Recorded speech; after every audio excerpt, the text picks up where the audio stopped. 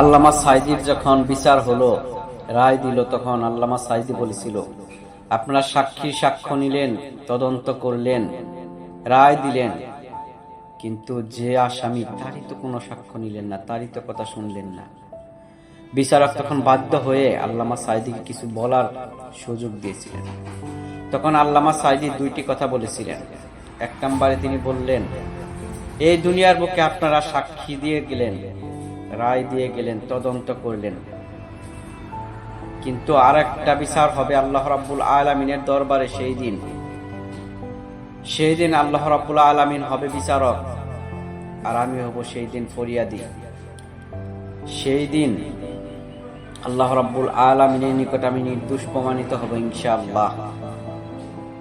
তাই আজকে যারা তদন্ত করলেন, সাক্ষী দিলেন এবং রায় দিলেন, সেই দিন কিন্তু আল্লাহ রাব্বুল আলামিনের কাছে আপনারা ধরা পড়ে যাবেন।